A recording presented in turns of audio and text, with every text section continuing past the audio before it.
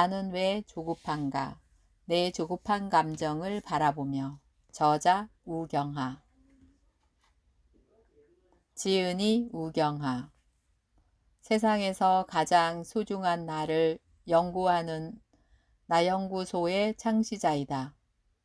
오랜 시간 나를 모르고 살았기에 삶이 행복하지 않았고 나를 아는 것이 모든 것의 시작임을 깨달았다. 매일 내 마음을 관찰하고 나에게 질문하는 글을 쓰면서 나를 알아가고 있다. 그 깨달음으로 나를 연구하는 나연구소를 설립했다. 매일 글을 쓰고 강의를 하고 책을 내며 세상에서 가장 소중한 존재가 바로 나임을 널리 알리는 일을 하고 있다.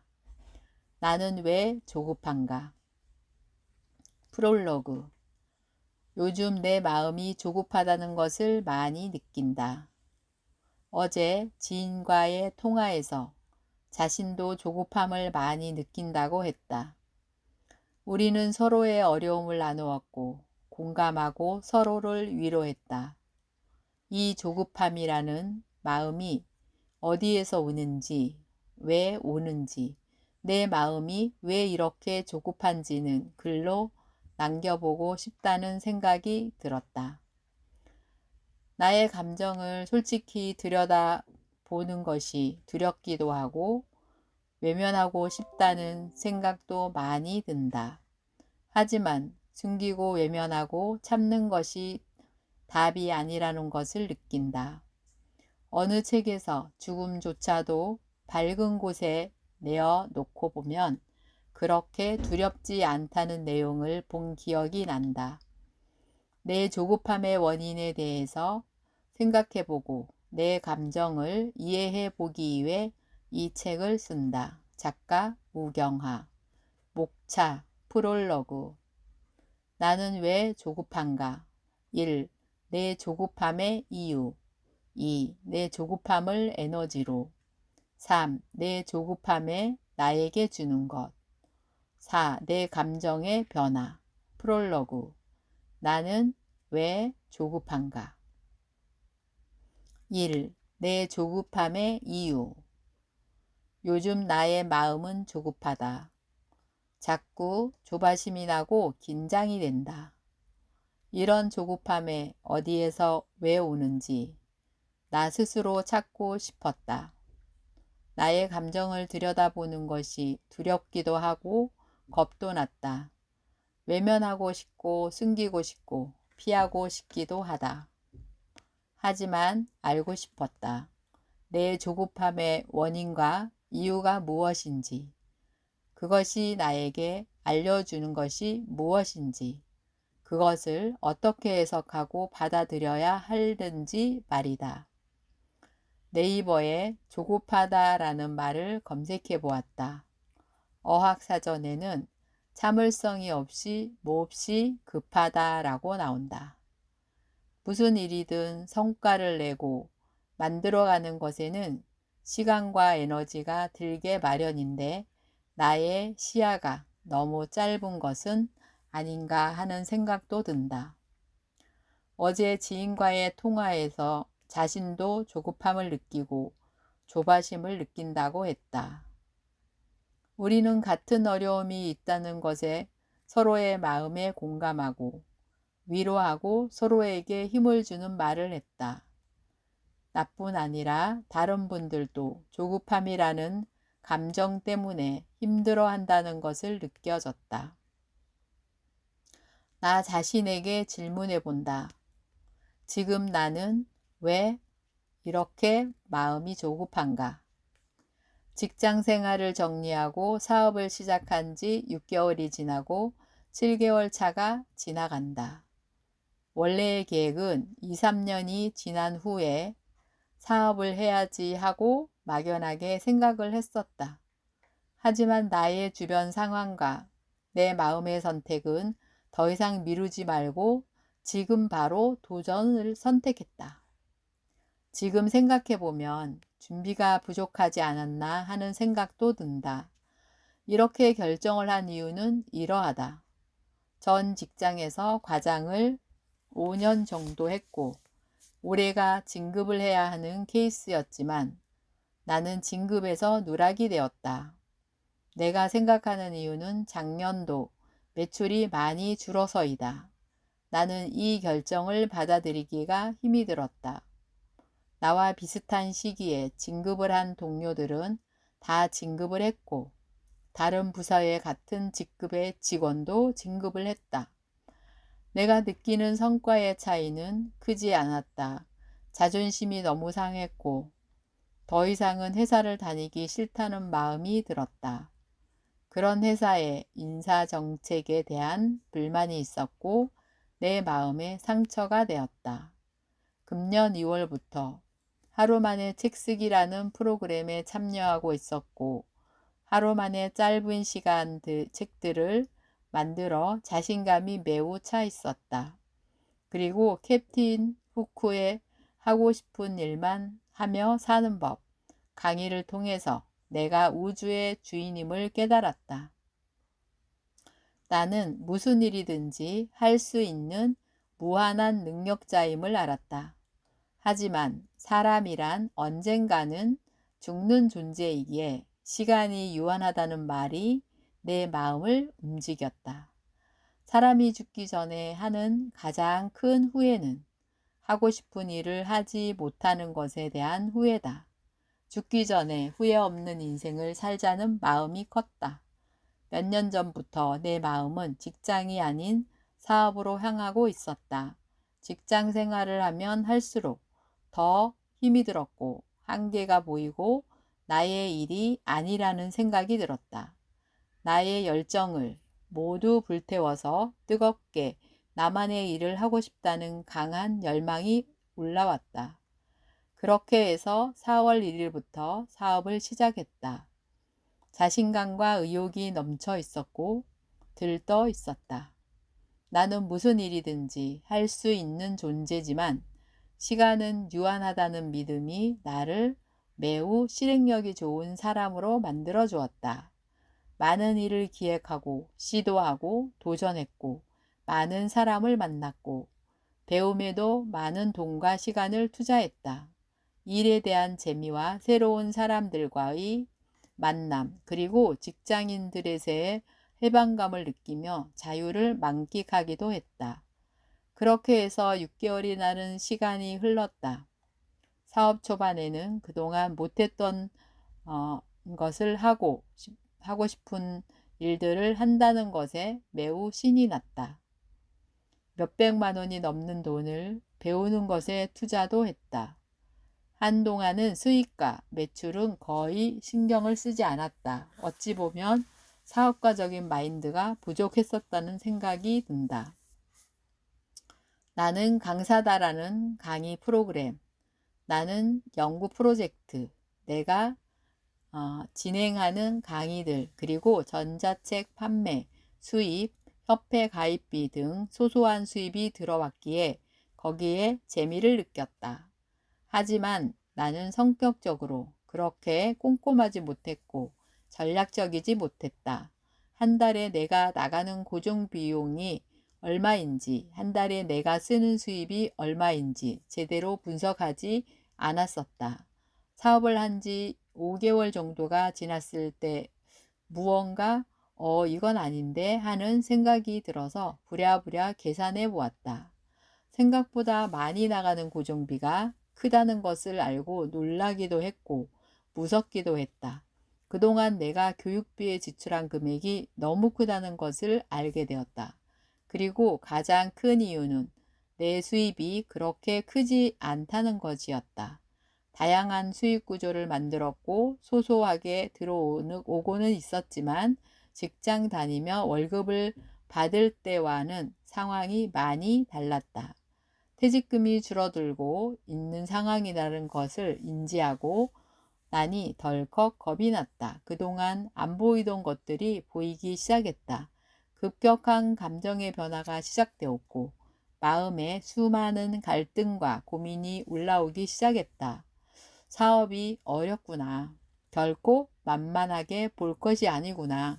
정신 바짝 차려야겠구나 하는 별의별 생각들이 들었다. 줄어드는 퇴직금을 보며 조바심이 나기 시작했다. 무언가 변화가 필요하다는 마음이 들었다. 사업 초기에 내가 하고 싶은 일들을 하고 다양한 프로그램을 만들며 나를 알리고 재미 위주의 일을 했다면 이제는 수익을 함께 생각하며 일을 해야겠다는 마음이 들었다. 마음의 안테나가 움직이기 시작했다. 목표를 세우기 시작했다. 한 달에 내가 원하는 금액을 정했고 그것을 달성하기 위해 내가 무언가를 해야 하는지 정리해 보았다. 내가 파는 상품의 금액을 정리하고 월별로 무엇을 얼마나 해야겠다고 마음을 먹었다. 그런 뒤부터는 조금의 변화가 있었다. 그것을 달성하기 위해 조금씩 해동의 변화가 생기기 시작한 것이다. 그렇다고 나의 조바심이 가시지는 않았다. 매달 들어오는 월급의 중요성을 크게 느끼기 시작했다. 아내와 아이들을 보며 미안한 마음이 들기도 했다. 수중에 돈이 많지 않으니 계속 스트레스를 받고 소극적이 되어가는 나의 모습이 보여 마음이 괴로웠다. 가족이나 양가 부모님, 주변 사람들에게 금전적으로 베풀지 못하는 나의 모습을 보며 마음이 답답했다. 담배를 끊었다. 피웠다가 반복되었고 불안한 미래로 인해 요즘은 더욱 많은 담배를 피우는 나의 모습을 보며 이래선 안 되는데 하는 생각이 들기도 했다. 이런 나의 마음을 누군가가 보면 어쩌나 하는 창피하기도 하고 자존심이 상하기도 했다. 모든 것이 나의 선택이고 책임이기 때문이다. 때론 내가 한심하고 원망스럽기도 했다. 하지만 용기 내어 내 마음과 감정을 있는 그대로 들여다보기로 했다. 모든 것은 성장통이고 배움의 과정이고 경험이라는 생각을 하며 나 자신을 위로해 본다. 지금의 내 감정과 상황을 있는 그대로 기록하고 분석하고 싶은 마음도 든다. 정확한 원인을 알아야 해결책도 보이기 때문이다. 이 조급함을 에너지로 블로그에 많은 글을 강의 프로그램을 매주 기획하고 매주 한 권의 전자책을 쓰고 협회를 만들어서 활동을 하고 있다. 가끔 주변 분들과 통화를 하거나 만나면 나의 칭찬하고 대단하다는 말씀을 많이 해주신다. 나는 그럴 때마다 부끄러움을 느낀다. 남들 눈에는 내가 잘하고 있고 잘 되는 것처럼 보이는구나 라는 생각이 들어 씁쓸한 생각이 들기도 한다. 그럴 때마다 나는 사람들에게 말한다. 요란해 보이지만 실속은 별로 없어요 라고 말한다. 사실이기 때문이다. 이런 생각이 드는 한편으로 조금씩 나의 가치를 알아보고 함께하는 분들이 늘고 있기는 하다. 나연구소의 1년 멤버십 회원이 2명이 생겼고 1인 기업의 회원분이 꾸준히 늘어서 64분이 되졌다. 그래서 지난주에는 초보자 전자책 강의를 통해 인연이 된 충북 단양의 관광관리공단과 업무 협약을 맺는 일이 생기기도 했다. 이렇듯 꾸준히 무언가는 하다 보니 나의 기대를 벗어나게 성과가 조금씩 나기도 했다. 이런 일을 계기로 점차 뻗어나가야겠다는 생각도 든다.